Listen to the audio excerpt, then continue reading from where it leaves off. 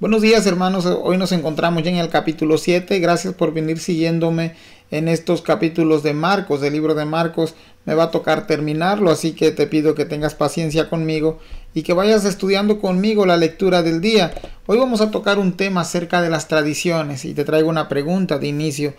¿Serán buenas las tradiciones? ¿Qué debería hacer un cristiano acerca de las tradiciones?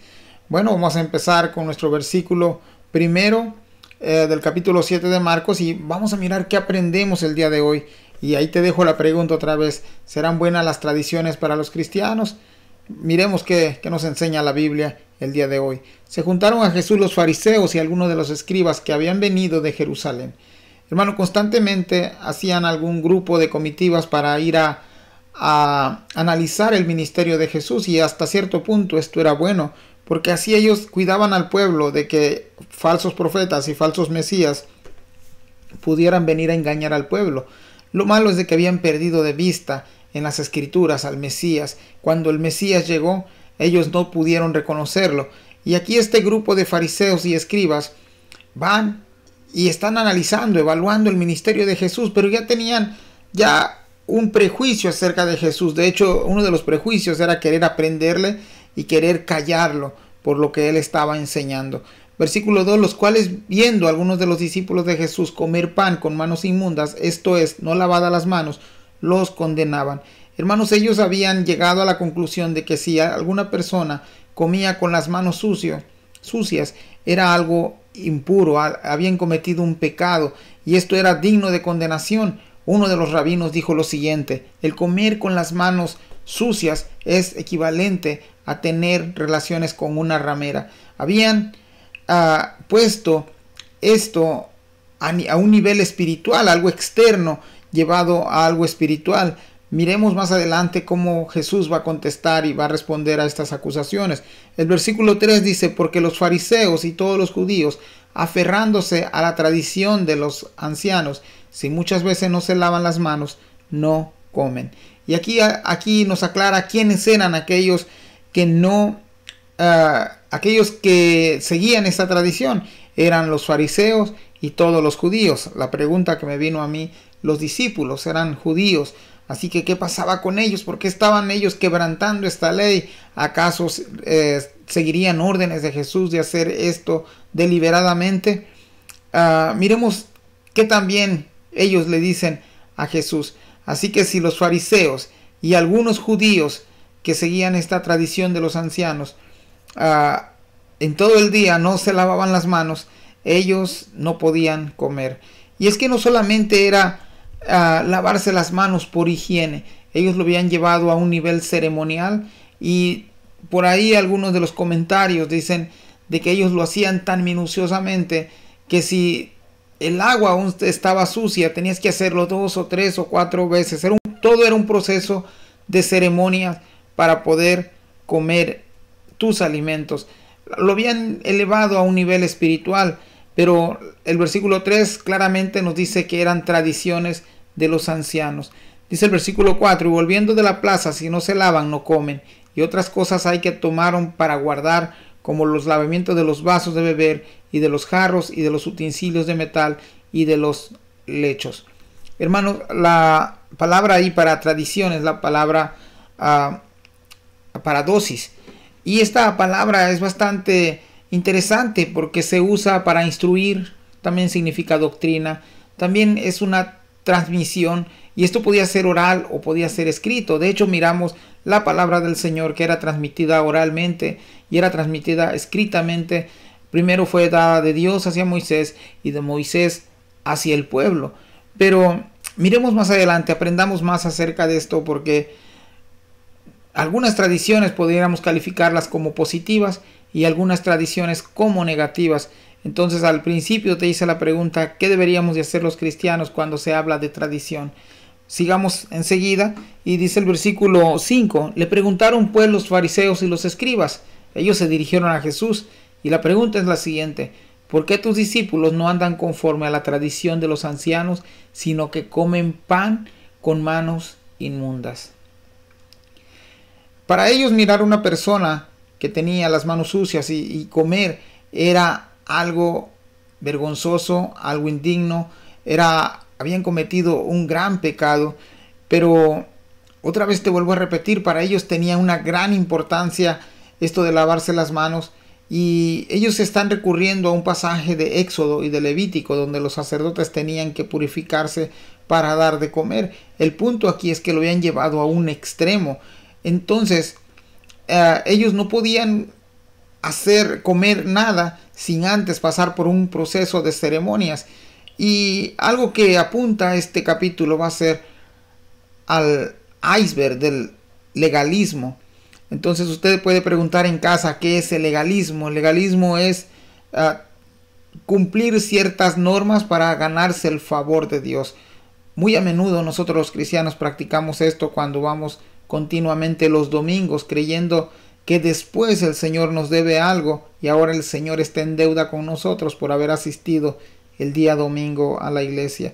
Es algo muy parecido como quererse ganar el favor de Dios por nuestra obediencia.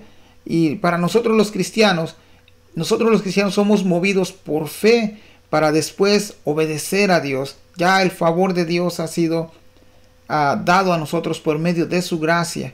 Así que no tenemos que obedecer, por así decirlo, para ganarnos el favor de Dios. Más bien obedecemos a Dios porque ya su favor ha sido a nosotros por medio de la fe en Jesucristo. Pero estos hombres habían puesto la tradición de los ancianos, por así decirlo, por encima de la tradición escrita de la ley. En otras palabras, hermanos, ellos mecánicamente habían llegado a la conclusión de que si las doctrinas o las tradiciones de los ancianos se cumplían, automáticamente habías cumplido con la ley escrita de Moisés. Pero si nosotros llegamos a esta conclusión de hacer prácticas de este tipo, de poner cualquier tradición de hombres por encima de la palabra de Dios, que es la ley, entonces perdemos el verdadero espíritu de la ley, aquella que nos va a redarguir, aquella que nos va a instruir, aquella que nos va a guiar.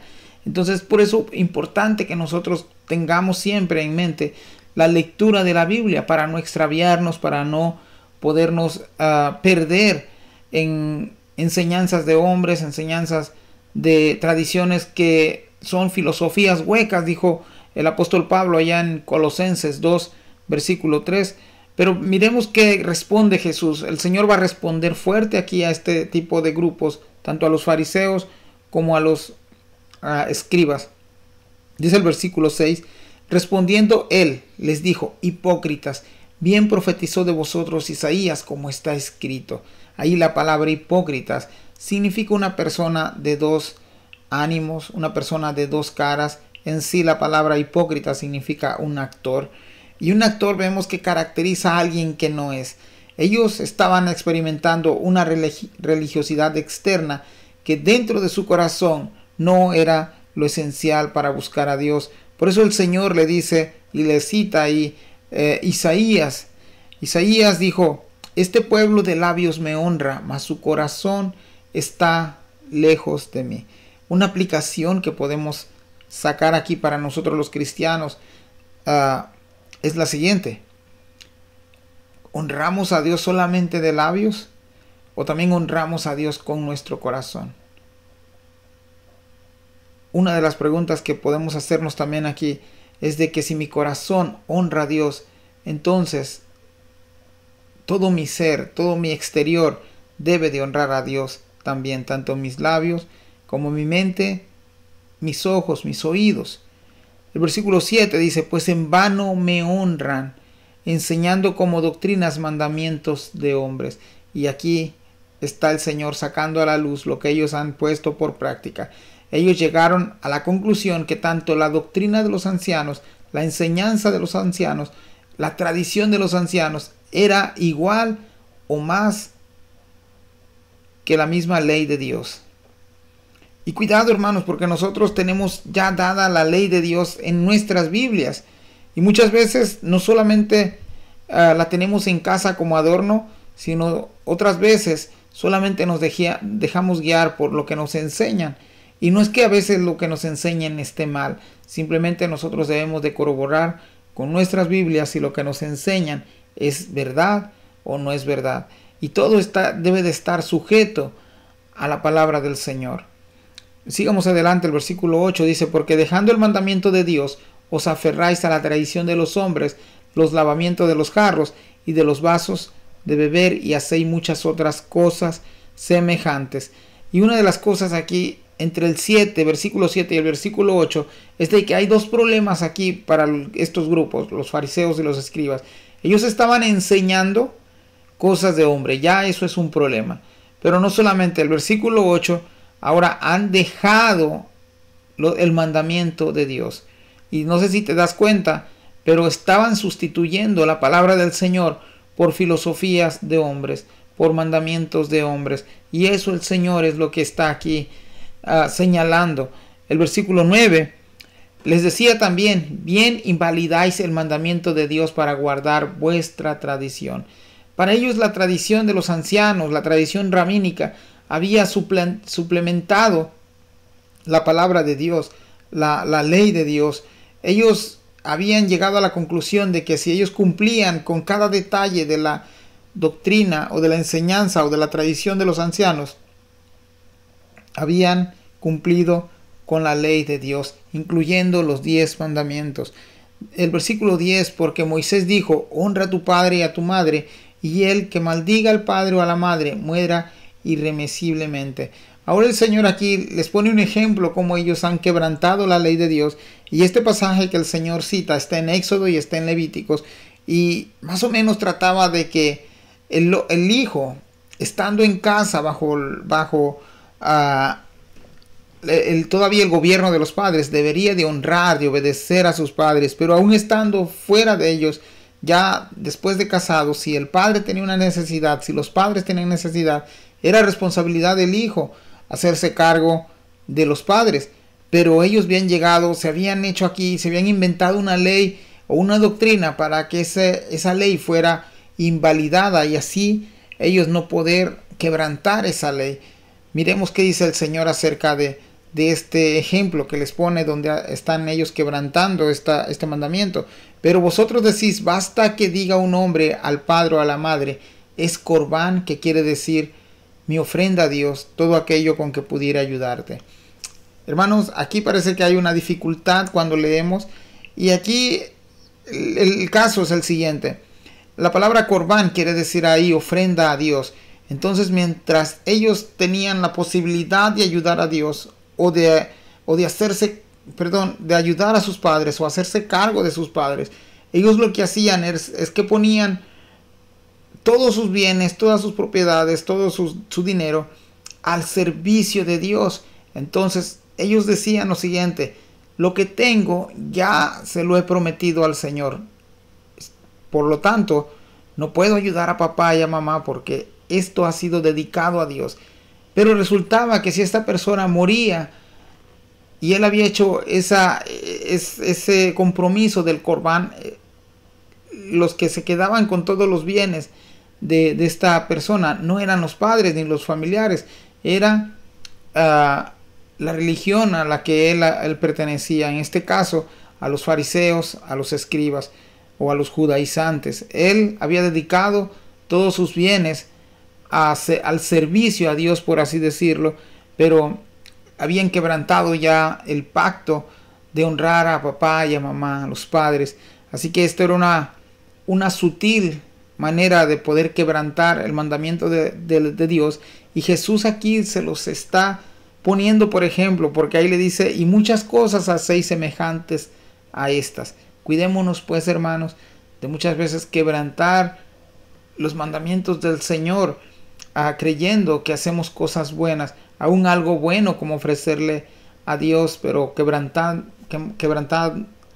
otros mandamientos. A veces esto no agrada al Señor. Dice el versículo 14: y llamando hacia toda la multitud. El versículo 13 dice: invalidando la palabra de Dios con vuestra tradición que habéis transmitido. Ya otra vez aquí la idea de que la tradición es transmitida oralmente o verbalmente o escritamente. Así que ellos habían puesto por encima sus tradiciones, por encima de la ley, invalidando la palabra de Dios. Y muchas cosas hacéis semejantes a estas, dice el versículo 13. El versículo 14 dice, llamando así a toda la multitud le dijo, oídme todos y entended. Ahora vemos al grupo de los escribas y los fariseos delante del Señor, estar escuchando al Señor, a un lado sus discípulos, pero no están solos. También hay una multitud escuchando a Jesús, estar ahí confrontándose con estos dos grupos. Y fíjense lo que va a decir el Señor. Nada hay fuera del hombre que entre en él que le pueda contaminar, pero lo que sale de él, eso es lo que contamina al hombre. Cuando uno lee este texto fuera de su contexto, pudiéramos llegar a la conclusión de que nada de lo que el hombre toma o come o por así decirlo, muchas personas que les gusta embriagarse pueden agarrar este texto y decir, mira que dice aquí, nada hay fuera del hombre que entre en él que pueda contaminar. Pero sigamos el principio de los contextos. Es importante leer lo que dice antes y después. Aquí el Señor está tocando el tema del lavamiento de manos y de la comida. Pero lo que sale de él, eso es lo que contamina al hombre. Interesante, hermanos, porque enseguida el Señor va a dar esta explicación. Dice el versículo 16, si alguno tiene oídos para oír, oiga. En otras palabras, pongan mucha atención porque esto es importante. Si de veras te interesa saber, pregunta, indágate, ¿qué más contiene esta pequeña parábola que el Señor acaba de decir así? Aquí, versículo 17, cuando se alejó la multitud y entró en la casa, le preguntaron sus discípulos sobre la parábola. ¿Te imaginas ahí a los discípulos quedar con la boca abierta? No entendieron nada de lo que Jesús dijo. Y les dice el Señor el versículo 18. Él les dijo, ¿también vosotros estáis así sin entendimiento? Hermanos, sí, parece mentira, pero muchas veces nosotros nos encontramos también sin entendimiento. En alguna parte de la Biblia, en el Antiguo Testamento, dice que el pueblo de Dios pereció por falta de conocimiento, porque no querían investigar de Dios en la Biblia, porque no querían empaparse del conocimiento de Dios, porque era más fácil llevar la tradición de los hombres. Dice el versículo 18 también, otra pregunta acerca para los discípulos. ¿No entendéis que todo lo de afuera que entra en el hombre no le puede contaminar? Y otra vez te vuelvo a repetir el contexto, hablando de la limpieza, de las ceremonias que ellos hacían, del lavamiento de las manos. El Señor le dice, ¿no entendéis que todo lo de fuera que entra en el hombre no le puede contaminar? Y esto no requiere tanta explicación, lo entendemos perfectamente. Sabemos que si comemos con las manos sucias, pues sanitariamente a lo mejor esté mal, pero esto no contamina al hombre en pecado. No podemos culpar a alguien de pecado porque no se lave las manos. Pero miremos qué dice el Señor en el versículo 19. Porque no entra en su corazón, o sea, los alimentos no van directo al corazón, sino al vientre y sale a la letrina. Esta es una pregunta que el Señor hace, incluido en el versículo 18. Esto decía, haciendo limpios todos los alimentos. Ya más adelante vamos a mirar en Hechos cómo el Señor ya ha purificado lo que los judíos consideraban impuros y puros. El Señor ha dicho que todo lo que Él hace lo ha santificado. Versículo 20, pero decía que lo de que el hombre sale, eso contamina al hombre. Versículo 21, porque de dentro del corazón de los hombres salen los malos pensamientos. Y hermanos, esto sí contamina al hombre y es lo que prevalece en el mundo y es lo que el mundo enseña y es lo que el mundo instruye y es muchas veces lo que a nosotros nos puede llevar a una vida que no agrada a Dios. Miremos 13 cosas que Jesús menciona aquí que hay en el corazón del hombre. Dice que salen los malos pensamientos. 1. Los adulterios. 2. Las fornicaciones. 3. Los homicidios. 4. Los hurtos. 5. Las avaricias. 6. Las maldades. 7. El engaño. 8. La lascivia. 9. La envidia. 10. La maledicencia. 11. La soberbia y la insensatez. 13 cosas que el Señor está señalando aquí que hay en el corazón del hombre. Voltea a ver a tu alrededor. No necesitas ir tan lejos. ¿Alguna vez tú has pensado en hurtos? ¿Alguna vez tú has pensado en fornicación? Alguna vez nosotros hemos pensado en adulterio, otras veces en insensatez, otras veces somos soberbios, otras veces somos maldicientes. Ahí es donde se encuentra la maldad del hombre, hermanos. Y aquel que diga que no ha pensado estas cosas algún día, pues que nos pase ahí el secreto, ¿verdad? La palabra del Señor es viva y eficaz, y su sangre de Cristo en la cruz ha sido eficaz para lavarnos de todo pecado. Entonces necesitamos estar leyendo la Biblia, tener esa comunión con Dios en oración, tener compañerismo, hacer testimonios, y constantemente la palabra del Señor va a fluir como una fuente de nuestro corazón para estarnos lavando. Versículo 24. Levantándose de ahí se fue a la región de Tiro y de Sidón, y entrando en una casa no quiso que nadie lo supiese, pero no pudo esconderse. ¿Qué podemos sacar de aquí? Primeramente, el Señor va hacia Tiro y hacia Sidón. Estas dos ciudades eran ciudades totalmente, en su mayoría, gentil.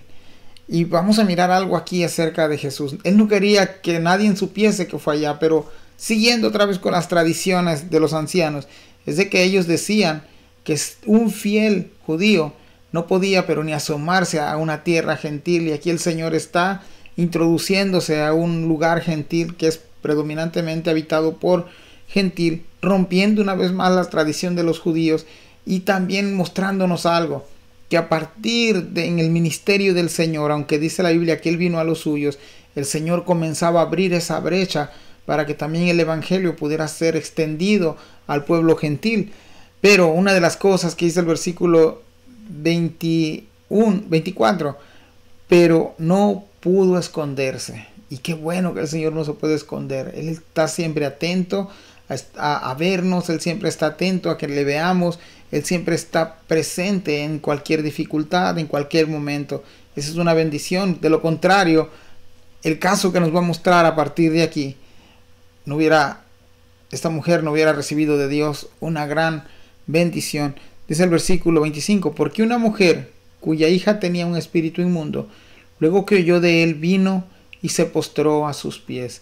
Y esta es una de las fe pocas reconocidas en el Nuevo Testamento por Jesús. Miremos qué es lo que hace esta mujer. La mujer era griega, comenzamos que era gentil, y era sirofenicia, de nación. Y usted puede decir ahí qué quiere decir sirofenicia. Bueno, la región de Siria y la región de Fenicia eran consideradas ciudades del Imperio Romano. Entonces, para distinguir a los siriofenicios, por así decirlo, se usaba la palabra siriofenicias, de Siria, entre Siria y entre Fenicia. Por ejemplo, alguien que era de Libia y que estaba entre Libia y Fenicia también se le conocía como Livio Fenicio. Así que esta mujer era una mujer gentil. Le rogaban que echase fuera de su hija al demonio. Yo quiero que miremos aquí algunas de las cualidades de esta mujer. Esta mujer tenía una hija y ella sabe que ha llegado Jesús, ha llegado la salvación hasta donde ella está, y no va a desaprovechar la oportunidad, ya que Jesús no puede esconderse. Ella oyó de él, y al momento que oyó de él se postró a sus pies, y es lo que nosotros debemos de hacer siempre, recordar que nosotros también, al igual que esta mujer, éramos considerados gentil, y para muchos de los judíos no encajábamos en el plan redentor de Dios, pero no en la mente de Jesús, no en la mente de Dios.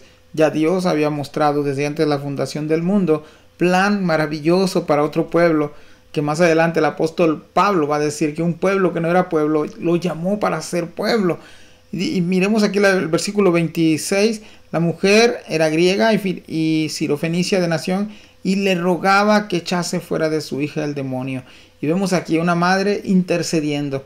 Nosotros tenemos también ese mismo, esa misma necesidad de interceder por otros, sea nuestro hijo, sea nuestra hija, sea nuestro cónyuge, o sea cualquier hermano.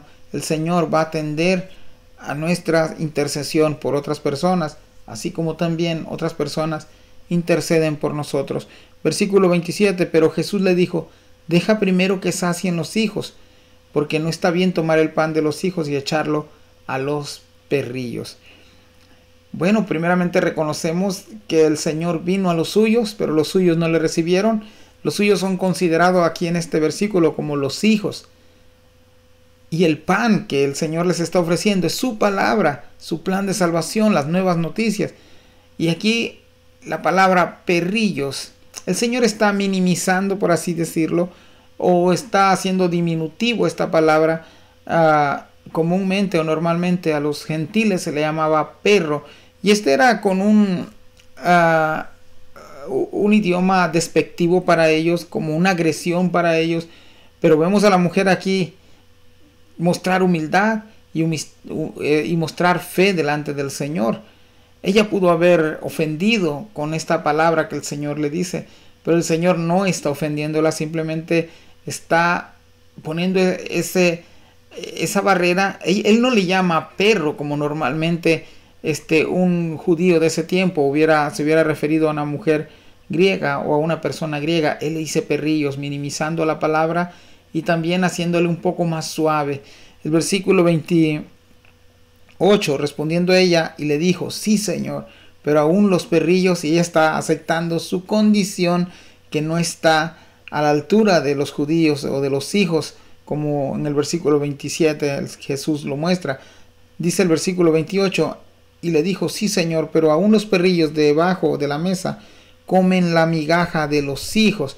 Hermano, esto bastó para que Jesús se sorprendiera, para que Jesús pudiera actuar a su favor. Vemos en la señora, podemos destacar en su oración muchas cosas. Primero, fue corta. Vemos una intercesión, vemos la fe puesta en Jesús, vemos cómo esta señora es sabia en la manera de pedir a Jesús. Ella no se ofendió por lo que Jesús le llamó perrillo, sino que al contrario, ella siguió aceptando su condición, su sumisión a Jesús. Y ella sabe que no es para ellos la promesa en ese momento, pero aún así ella va y le ruega al Señor. El versículo 29, versículo 28 y 29, entonces le dijo: por esta palabra, ve, el demonio ha salido de tu hija. Qué fe tan más grande de esta mujer. Ella sabía, ella no llevó a su hija como en otro de los casos. Ella no dudó del Señor, sino que aquí el Señor le responde también a la medida de la fe de esta señora. La mujer, dice el versículo, los que leímos anterior a esto, que se postró e intercedió por su hija. Fue una oración tan corta pero tan llena de fe. El versículo 30 dice: y cuando llegó ella a su casa, halló que el demonio había salido y a la hija acostada en la cama. ¿Te imaginas qué impacto, qué testimonio para esta mujer, para la hija, para los que conocían a la mujer, a sus parientes, sus amigos, que habían tenido un acercamiento con ella, y que esta mujer dijera: bueno, el Jesús del que habla la gente ha hecho esto posible. ¿Y qué hiciste? Solamente fui, intercedí, creí en Él. Y es la misma fe que a nosotros nos pide el Señor para seguir creyendo en Él. A partir del 31 al 37, hermanos, vamos a mirar una manera tan especial. Ahora miramos aquí cómo vemos a ese Jesús que señala a Marcos, siervo, a un Jesús servidor, a un rey que sirve, pero que no deja de ser Dios, no deja de ser rey, porque está al servicio de otros. Él sigue siendo Dios y sigue siendo rey. Versículo 31. Volviendo a salir de la región de Tiro, vino por Sidón al mar de Galilea, pasando por la región de Decápolis. Esta palabra Decápolis ya la hemos visto en otros videos. Quiere decir una región de 10 ciudades, en su mayoría ciudades griegas. Pero ahora viene de Tiro y de Sidón. Otra vez vuelve a cruzar el mar de Galilea. Y el 32 dice: y le trajeron un sordo y tartamudo y le rogaban que le pusiese la mano encima. Ya la fama de Jesús se ha extendido. Mucha gente sabe que el nazareno, el galileo o el maestro está pasando cerca de estas ciudades y no van a desaprovechar la oportunidad para traer a sus enfermos. Y quiero hacer también este comentario muy respetuosamente, que si el Señor sigue haciendo este tipo de milagros, pero ya leímos también en Marcos que el ministerio principal de Dios era predicar y extender el reino de Dios, la palabra de Dios. Y esto era como las credenciales de Jesús. Para más adelante, enseguidita te voy a dar una cita bíblica, que es lo que Marcos nos muestra de Jesús. Así que le traen a él a un sordo y tartamudo, y le rogaron que le pusiera la mano encima. El Señor utilizó muchos métodos de cómo poder sanar a los enfermos. Ya lo hemos estado viendo en estos primeros capítulos de Marcos. Algunos nada más por creer, otros por la palabra, otros les puso la mano. Y ahora aquí va a ser un caso especial y excepcional. Dice el versículo 33, y tomándole aparte de la gente, metió los dedos en las orejas de él y escupiendo tocó su lengua. Hermano, yo no sé qué pasó por tu mente si tú estás leyendo este capítulo el día de hoy conmigo, pero por mi mente es de que si hubiéramos visto a una persona hacer esto, llegaríamos a la conclusión de que es algo aberrante y de que es algo totalmente fuera de lo normal. Pero aquí viene el punto de que el Señor es soberano. El Señor va a usar los medios que Él quiera, las maneras que Él quiera hacerlo. Y esto es increíble porque el Señor no se limitó a hacerlo de cierta manera. Usó muchos métodos para esto. Y hoy en día, hermanos, pudiéramos decir que el Señor sigue haciendo milagros y seguirá haciendo grandes milagros. Dice el versículo 33 que lo tomó por aparte, le metió los dedos en la oreja y escupiendo tocó su lengua. Y miren cuál fue el resultado. Y levantando los ojos al cielo, gimió y le dijo éfata, es decir, sé abierto.